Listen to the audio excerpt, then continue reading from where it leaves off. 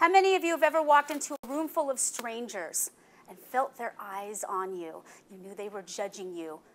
You were nervous. You didn't know what to say, but you remembered your parents or your teachers, that voice in the back of your head. Just introduce yourself. Just walk up to somebody and say hello. Hi, my name is Melanie, and you are? Lori Holman. Nice to meet you, Lori. Nice to meet you.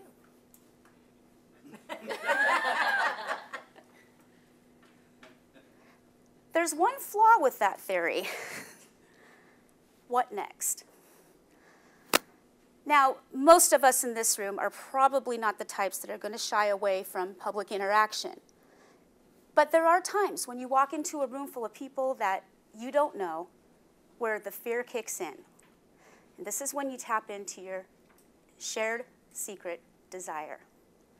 Now, believe it or not, every human being on this planet shares a secret desire with you. 96% of the Earth's population are not sociopaths. We'll talk about the other 4 later. Does anybody here watch game shows? A few people.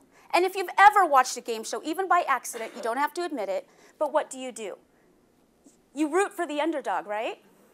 Do me a favor and look at the person next to you. You don't have to smile. You don't have to make any kind of conversation. Just look at a person next to you right now. Look at a person behind you. Just look at them. Now, how many of you looked at that person and thought, gosh, I hope they fail?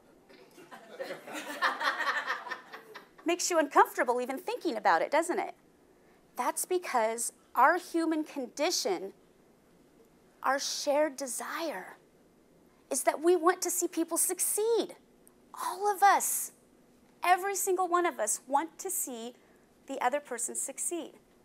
So when you walk into a room as a speaker or even as a stranger who just wants to make conversations with other strangers, know that that person is thinking, gosh, I hope they succeed. They're on your side.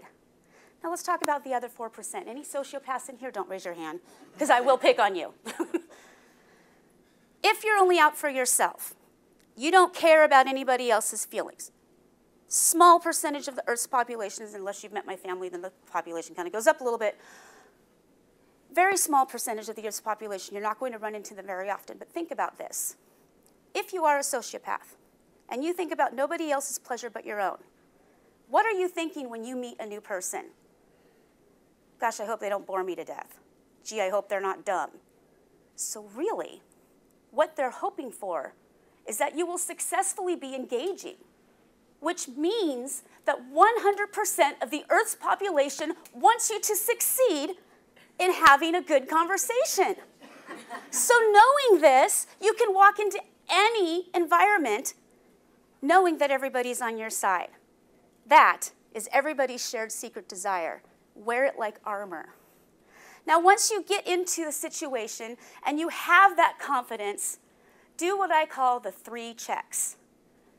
Check out, body check, check in. First of all, check out the room. Where are the exits? Where are the bathrooms? If you're at a party, where's the punch bowl? Where's the bar? Where's the host? All of the things that are important, those will come back later. When somebody asks you about them, you'll know. Get a feel for the room. Is it festive? Are they having fun? Are they laid back? Are they somber?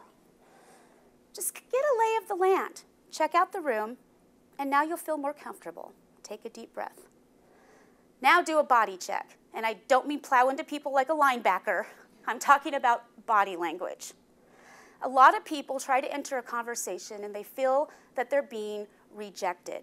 And it's not that they're being rejected. They just didn't read the situation correctly. Now I need 2 volunteers. And don't worry, this isn't a speaking part. I have chocolate. Okay, there go the hands. You and you. Usually chocolate gets them up here. Now pretend there's no audience. No audience, forget the audience, we're not acting. And pretend you're at a cocktail party, your acquaintances, and you're just having a nice chat about the weather or whatever. You don't have to actually do it, just put yourself in the position as if you're doing it.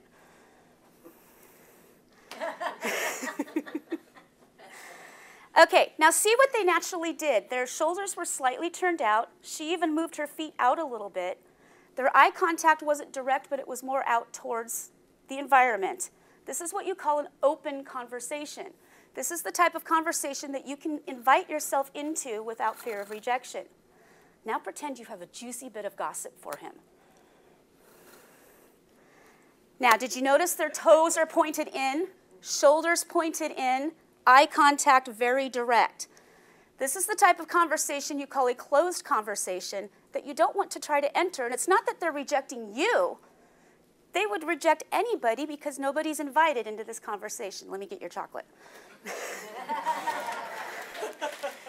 Thank you. Let's give them a hand. Thank you. These were not prompted. This is a natural inclination that everybody has. Very simple body language. You can tell by quickly glancing, it doesn't matter how big the group is, if they're making direct eye contact and all of their parts are towards each other, they are in a closed conversation. Do not try to enter this type of conversation. You will be rejected. Not you personally, just the mere fact that you're invading a conversation to which you weren't invited. But when you walk into an open conversation, you use the third check, check in. I have multiple techniques. Today we're going to go over the most important and easiest way to check into a conversation, and that is using your secret weapon. Now, if you want to be the most engaging, the most intelligent, the most humorous person in the entire room, there's only one thing that you have to do. Shut up. Because no matter who you're talking to, no matter how shy they are, what country they're from, what their occupation is, there is one thing that all of us love to talk about, and what is that? Ourselves. So if you use a technique to get into a conversation that gets that person talking about themselves, all you have to do is engage your secret power. Listen. And you will come away with them thinking that you're intelligent and you're charming and you're engaging and you're witty and you probably didn't have to say a word. I do it all the time. I do all the talking. But gosh, that person was great and I can't wait to have them over for dinner, right? One really simple way to get into a conversation and get that person talking about themselves. And men, write this down. Women do not wear pieces of metal. Women wear stories. If you can genuinely compliment or even comment on a piece of jewelry that a woman is wearing, she will have a story about it. Even if she bought it at the CVS on the way to the function, she will have a story about that piece of jewelry. Trust me on this. And women, you can ask about men's tattoos, their ties. Do not use the introductory line of, hey baby, let me see your tattoo. Make sure it's one you can already see. But if you ask people the meaning of something that they're wearing, there will be a story. And that will lead into a conversation and spin off into other conversations.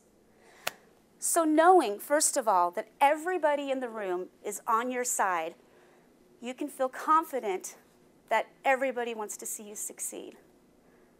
And after you check out the room, get a feel for the lay of the land, see if you know anybody, find out where the exits and the bathrooms are, you'll feel more confident in your space. You do a body check, figure out who's open to having a conversation so you know who you can talk to.